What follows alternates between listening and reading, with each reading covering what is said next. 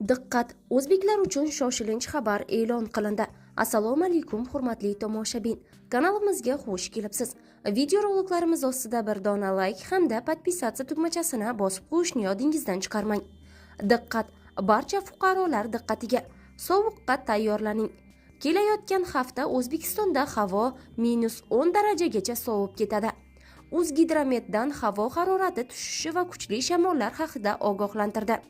Respublikaning shimoliy hududlarida kelgusi haftada tunda -10 gradusgacha sovuq bo'lishi kutilmoqda.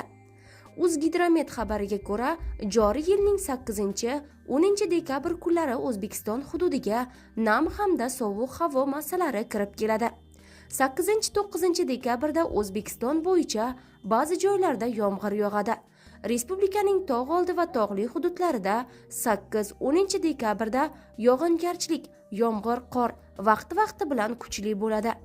9-10 dekabrda shimolda va cho'l hududlarda ba'zi joylarda shamol tezligi 15-18 metr sekundgacha, ayrim joylarda ba'zida 20-22 metr sekundgacha kuchayadi. 10 dekabrga kelib markaziy hududlarda harorat asta-sekin, kechalari 2-5 daraja sovuqgacha, kunduz kunlari 3-6 daraja iliqgacha, shimolda esa kechalari 7-10 daraja sovuqgacha, kunduz kunlari 0-3 daraja sovuqgacha pasayishi kutilmoqda. Ushbu ob-havo ma'lumotini har kunlik ob-havo ma'lumotidan birinchilardan bo'lib xabardor bo'lishni istaydigan tanishingizga yetkazib qo'ying.